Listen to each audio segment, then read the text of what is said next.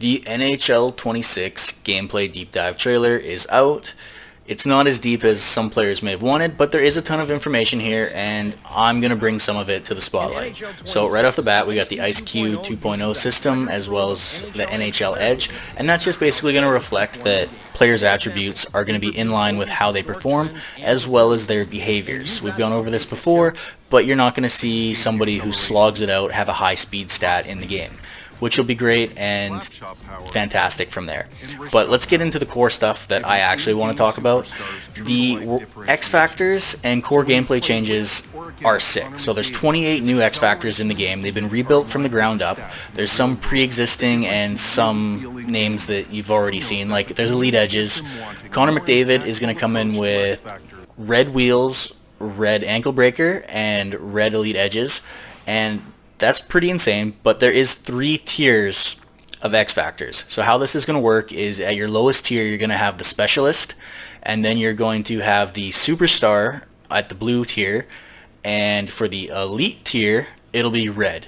And they got this brand new system in place here, so there's a glossary that you can actually check out which stats do which in a percentage and numerical value, which is fantastic because it's no more like 25 where it would be basically saying, hey, it's a moderate boost to so-and-so ability, or when you put on the gold version, it'd be an extreme boost. You know, now you have the values, now you can do some math and calculate out whether it's good. Now, we don't know for sure if, say, somebody has like a 90 overall stat. If you use a boost that has, say, 10%, you don't know if you're going to get 99.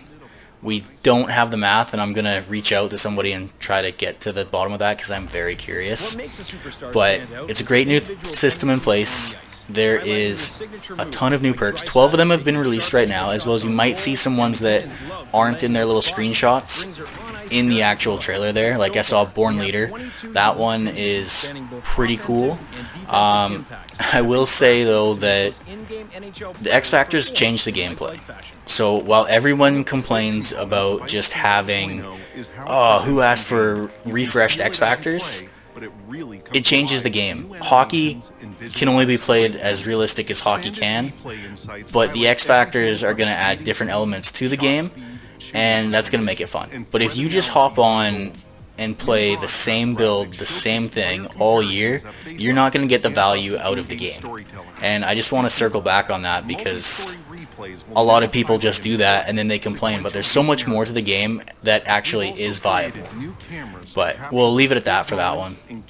Goalies got some love this year too. So one of the videos I put out is I want goalies to be able to be more reactive and less stiff, and it seems like they've gone that route now. So goalies are going to be able to not freeze up in position, and they're going to be able to try to make the recovery when they're out of position, basically.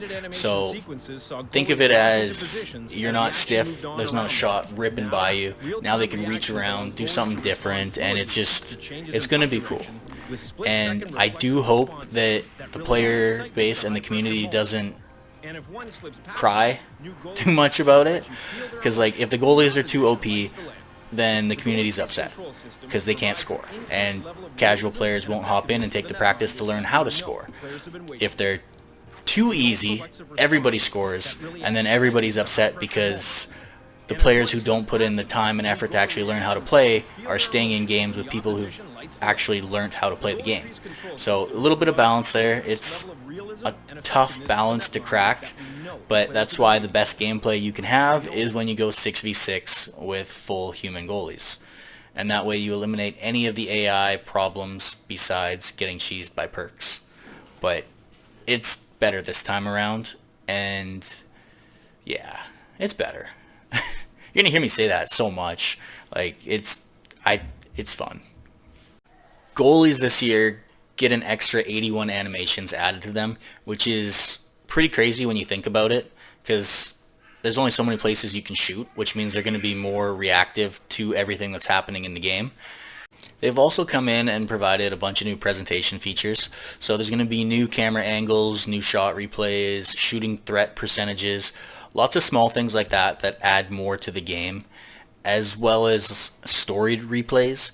So like when you're playing in the middle of the game, it might do a flashback to be like, hey, this was a big play earlier in the game, whether it's a big fight or a big hit or something like that. But it's cool and will add more to the presentation of the game and not just feel like you're hopping in and you're ripping through it and then that's it and then that's all you get. So making it more of a hockey experience. They also talked about how goalies are going to feel sad if a puck slips past them.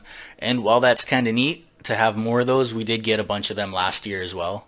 And if you let in a bad goal or there's a big tip, the goalie kind of just got upset and then slammed his stick down on the ice. And that is some cool added realism. And I do look forward to the new ones because there was only a set few from before. So after you've seen it a couple times, you're kind of like, you know, it is what it is, right?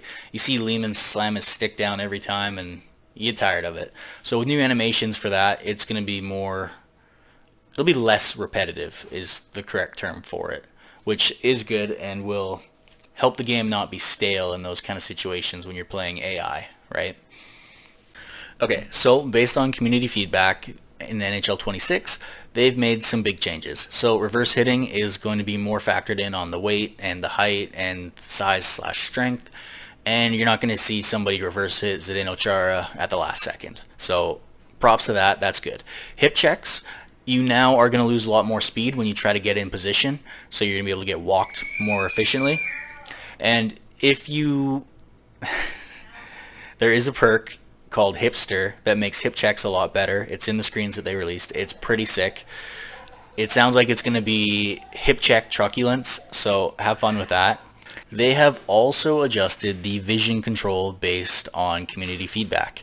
So no more holding L2 and sprint and just accelerating faster than you should to get around everyone, creating a non-realistic hockey style of play with everybody just turned to the side, ripping past people on the wall to cut into the net.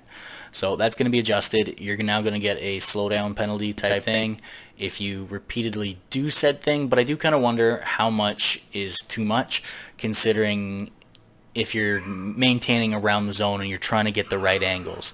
Is it like 2 or 3 times and then you're penalized and now it's useless and they've totally defeated the purpose of it? Or is it going to be something along the lines of you've done it for a minute and you're just holding L2 like the ragging penalty? But we'll know more when the game comes out and we'll go from there. And that's all, guys, so thanks for watching and follow for more.